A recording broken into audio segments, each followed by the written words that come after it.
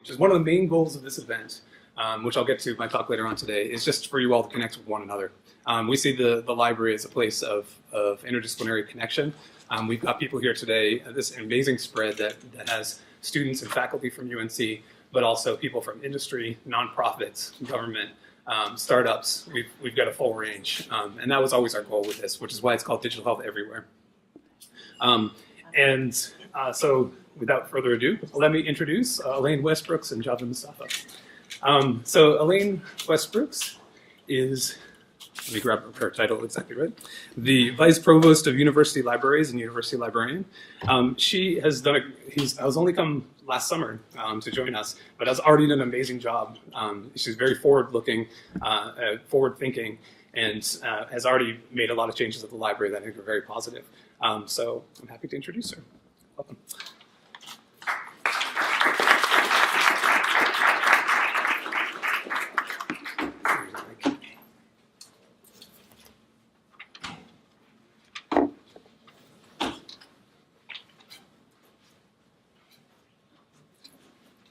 Okay, can you hear me? Okay, great. Thank you, Brian. Chris. All right.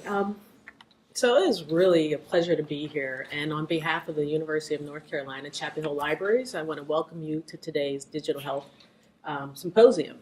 So based on your presence, you already get it. Like, you know that digital health is important. And you recognize that the future of healthcare, the future of healthcare research rests on the new technologies that are coming about. So, so thank you for being here. So just to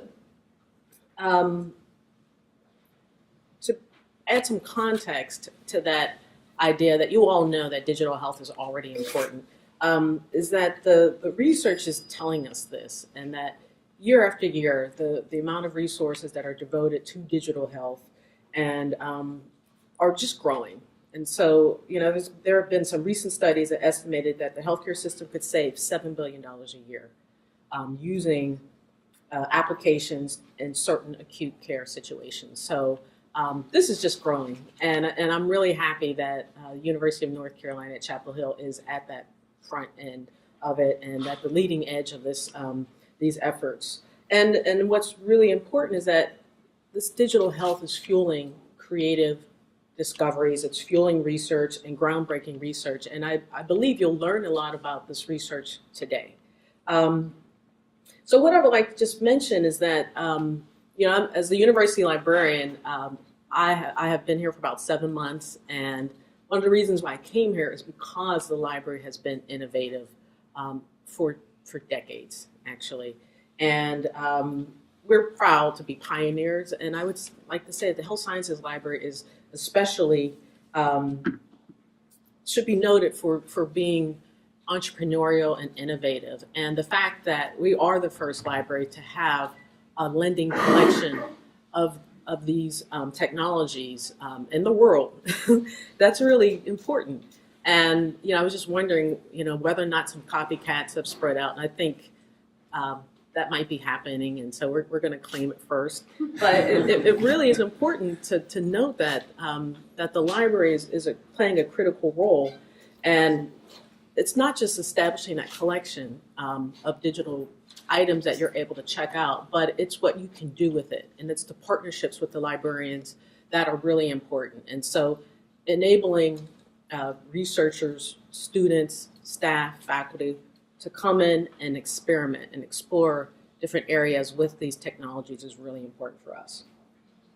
So one of the examples I've been told about has been one example that keeps coming up, actually, is this computer science class that where the faculty member was able to lend out one of these, I don't know the exact name of it, but it's a headband in the collection. And with this headband, they're able to control virtual reality games through brain waves. And it's just like, wow, I'm not sure what that looks like, but but that could lead to a remarkable discovery. And I think that having the library be able to talk to the faculty and the students and say, well, what's out there? What are the technologies and tools that we can acquire for you that that you don't even know what they're useful for, but you can discover and you can play and you can tinker around with them. So not only can you borrow these devices from the library, but you will have experts like Brian and all the wonderful, amazing staff here and librarians who can work with you and be able to talk through some of the potential projects and how it could be used in classes and research and things like that. So the library is a place where you have those intellectual discussions and their collisions, and it's a nexus of information and where interdisciplinarity happens, and not just the health sciences library, but all of the libraries are designed to be spaces where learning is taking place, and they're incubators of thought and knowledge and information. So we're really proud of that.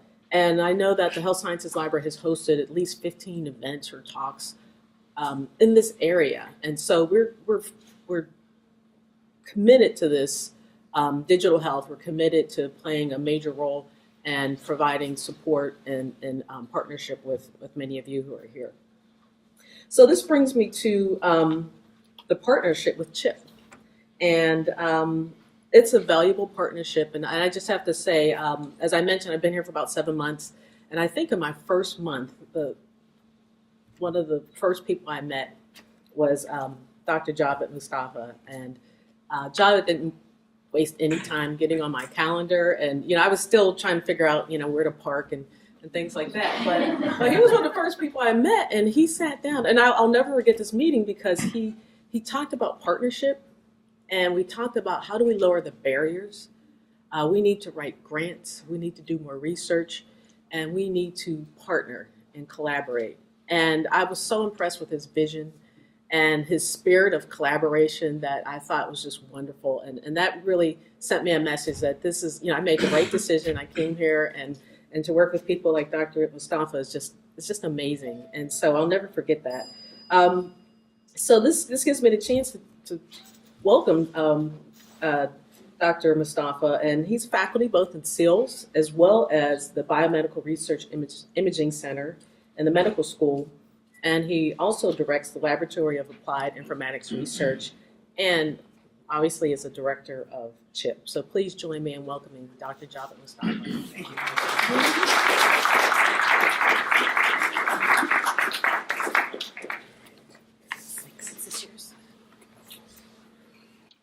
So, good morning. Actually, it's a great morning. Friday is always great. Thank you very much for making time to come here this morning. It's so exciting to see all of you here. When Nandita was here, Nandita also is a newcomer, so to speak, to UNC. And Elaine, I had conversations with both of them, and I said HSL would be a center of the universe for health informatics. I said, really? I think we are getting there. It'll take us a few years. You will help us get there. So UNC has so many very, very powerful institutions and organizations around healthcare and IT and computing and engineering. What we are trying to do with CHIP is to bring some of those pieces together and develop an interdisciplinary space for all of us to learn, to advance digital health and health informatics. I'm here basically to kind of share with you a couple of slides here this morning, hopefully to essentially validate our knowledge that you already have, I'm sure, but to kind of give you a context also of what we have collaboratively developed here and how we can all connect and work together. So I will talk about CHIP broadly first, and then we will get into a little bit, from my perspective, where the opportunities are, and then how do we kind of move forward. Okay. So how many of you actually know CHIP? Quite a few. Good. So CHIP is actually, it doesn't have a specific department or school. It's very unconventional. It's started as a program of graduate certificates in clinical informatics and public health informatics about 7 years ago. And the program was built by School of Medicine, Computer Science, Nursing, and Information and Library Science for 4 academic units. Now we have grown up to having 7. We have all the health affairs schools and all of those original partners. Plus, we have graduate school and HSL as additional partners that help us in running CHIP. And CHIP 2 years ago launched, about 2 years ago, got approved and launched a PhD program in health informatics. So we have a very comprehensive program. We have master's degree, we have certificates and the PhD. We have about 50 master's students plus certificate students, and we have about, I would say, 12 to 15 doctoral students. And we have, if you go to chip.unc.edu, you'll see we have very interdisciplinary faculty from all of these 7 academic units helping us sort of launch and grow this program. The partnership with HSL especially is very exciting because we recently received some space here where we have staff on the 3rd floor. And we work very closely. By the way, I take pride in what Brian is doing, maybe sometimes excessively, because Brian is a student of CHIP. Yeah, I was telling someone when about 5 or 6 years ago, the second time I think I was teaching my electronic health records course, but Brian was a student. So sometimes I have to bring him down a few notches. So let's talk about opportunities in healthcare. You've probably seen some of these graphs or maps. So today we're really focused primarily around here a lot because we have access to clinical data, clinical systems, we do imaging, we're growing it into data analytics. Hopefully we're attempting to bring in environmental data, behavioral data. We already have, obviously, clinical and financial data into enterprise analytics systems. I don't see Jason here. Jason Burke, who runs the enterprise analytics group in the UNC Healthcare, they're very focused on this area, right? Javed, did you hear about the announcement yesterday? No, ma'am? UNC Healthcare just got awarded PIMS Level 7 certification in analytics. Wow. Actually, because of Jason and the ISB team. Oh, that's great. And that's just one more Oh, thing. maybe he's attending a ceremony somewhere. That's great. That's great. I am, that's if you think enterprise analytics and healthcare, sure. But I can tell you, when I know quite a bit about academic health centers because I work with many of them from a training and academic side, very few of them are as advanced as where UNC Healthcare is. There are only 2 with that certification now, Right. and you got So- it last week and we got it. Fantastic. Yeah. That's great. That's great. I was hoping to meet Jason actually. I sent him an email last night. Not because of this, but something else. The other area, of course, the very exciting area is the consumer perspective to healthcare, consumer engagement, and this area, especially for me, is getting very interesting, telehealth. And because even though it's one of the oldest informatics and IT areas in healthcare, not until very recently, services could be packaged and delivered and reimbursed, right? Regulations and laws and policies have to change. And very recently, someone pointed out, for example, you can go to United Health Group, and I just don't use their name because they help CHIP. If you go to I was there looking up some other information. For $45, you can get a telehealth consult. In my sort of lifetime of tracking this area, we have come a long way. And there are other companies that are offering that for simple healthcare services online. You could get. You don't even have to go to the CVS Minute Clinic anymore, right? So it's great. But we have lots of ways to go in terms of expanding that kind of consumer-driven healthcare, of course, and that opens up a lot of possibilities. And I call this view essentially a macro view of healthcare. And the other area, of course, is very exciting. Some of the things that Brian and HSL and Elaine mentioned are these sort of virtual reality. The library system is very much involved, I know, in maker spaces, 3D printing. These sorts of technologies are going to be very important also to healthcare. We had, for example, a few days ago, Siemens on campus visiting our imaging center.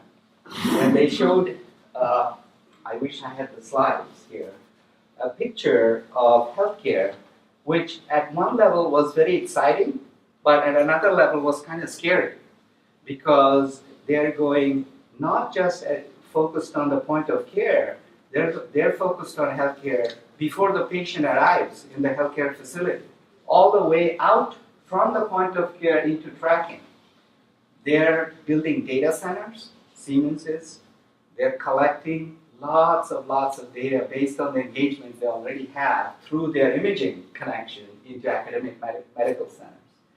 And they showed some examples of the latest and greatest in terms of doing these types of AI. So AI is coming, of course.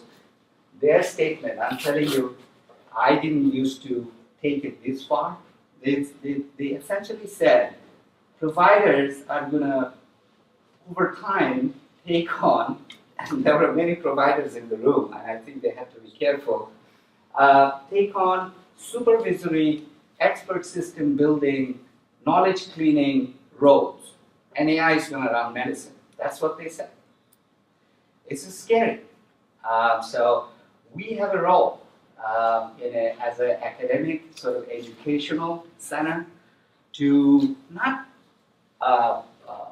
put up barriers or raise too many questions, but to learn where are the ethical lines in that way of providing care.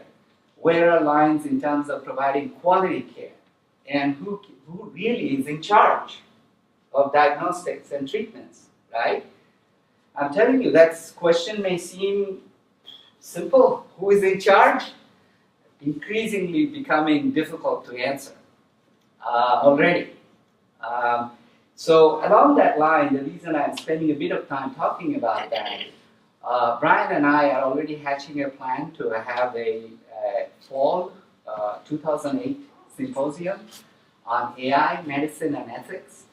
And it will be probably close to the November timeframe. So keep us sort of in mind in terms of if you're interested in that type of a topic. We are certainly going to announce that very broadly, and there's going to be a lot of internal interest from academic directors and program directors. There's, by the way, a very powerful, important academic unit called Social Medicine in School of Medicine that study ethics in medicine as a field. And there are some very important colleagues doing very interesting work in that area. So we're going to try to engage them as well. So this is the macro level. And so let me go quickly into other way of looking at the macro level in terms of data. So we have provider-centric data, we have medication data, of course, lab data, devices, managed care focus, behavioral data, fitness coming in, environmental coming in, to now create what we call a complete health record. That's where we are going. And it will happen. And what that means, though, is essentially more data leading to a bigger problem to some degree, right? And we do use this terminology so many times, big data, big data, big data. It kind of has become almost, overused term. But we have to think through carefully what are the skill sets needed, what kinds of tools do we need, and what are the issues beyond just crunching data, right? So we also, in that context, have to think through beyond the macro level and the sort of the big data level, what other layers do we need to think through in terms of ensuring care, high quality care is provided? We get so focused on aggregating data at sort of almost like population level and cohort level, we often forget the micro level. What happens when a patient visits? During the visit, right? What's the care workflow? What's going on at every stage? Patient identification, diagnosis, treatment, patient condition, and there is a lot of iterations here. Trying to understand, why did the patient come? And maybe if it's a repeat visit, why is it a repeat visit?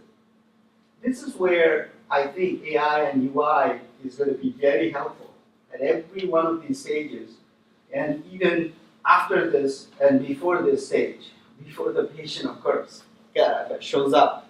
Okay. So along this line, we just a quick example without getting too deep into this. A prototypical challenge in digital health and health informatics at micro level is longitudinal view of patient condition. The holy grail, if you will. Right? When patient shows up, before the patient shows up, you want to understand what has been going on with this patient. These dots are encounters, and they are a score called CGI score. And that's an outcome score. By the way, Jason Burke's famous book on data analytics has a picture of this. This is our project called Mind's Eye. So these dots are outcome scores. If you think about it, to improve healthcare, we need these patient outcome scores. Do we collect them systematically? Can we measure them in terms of how well the patient is doing? It's basic, right? But you gotta think about it. How come we got it, these outcome scores? Because in certain subfields of medicine, they actually do measure outcomes. This is a depressed patient, and the CGI scores are outcome scores of the patient. In psychiatric clinics, some of them, the good ones, they systematically collect that data. There are arguments, is the CGI score the best score for measuring patient status or outcome? We can argue about that. But it is a standard score. What is very interesting though, is you see this gray area? This is in the future. This is predictive analytics. Patient hasn't come yet, and you're already predicting how well the patient would do based on drug conditions. Tweaking the drug combinations. And based on cohorts. This is the holy grail. And this already is big data. We think of big data as like at a population level, at a system level, but at a patient level, you already have a lot of data to worry about. Okay. So this project also not only has UNC Healthcare connection because of Jason Burke, a collaborator on this project is currently a member of HSL, Fei Yu. She worked on this project. There she is, a happy smile. She ran the usability study on this. So this is just one example of the multidisciplinary, multi-organizational sort of ways we can work together. And I'm going to finish up very soon. Someone is telling me, hey. So in terms of moving forward, I really believe we are at a very nice spot right here, where CHIP and HSL can work together around what I call core services and education. The core services are healthcare R&D, of course, and healthcare translation. HSL already plays a significant role in that. HSL works with the Translation and Clinical Sciences Institute. Data management, analytics. What do you think a library, a 21st century library should do? Right? Data management and analytics. Then, usability safety. That's what FAE does. And there is a usability group in the main library too. So we really have many of the core pieces that we have to bring together to CHIP and HSL to explode, to really make this go to the next level. How do we grow? Some of these may seem very simple, almost pedantic and obvious, but I've learned through many years of experience. I may look young, but I'm old. These things are very important. We have to keep reminding ourselves that we are all working for one university. Believe me, every day I have to remind people of that. We are all working for UNC. We have to collaborate. Otherwise, you can't solve healthcare problems. We have to collaborate across campus. I keep it a very somewhat closely guarded secret. I'm also a new faculty, by the way. It didn't just happen, by the way. I didn't just show up at Duke and they said, we'll give you a faculty appointment, Javed. You look nice. I'm working on it, NC State and NC Central. Let's see. Okay. Anyway, I'm going to end here, and thank you very much for your time and indulgence. I took up more time than I was allocated. If you have questions.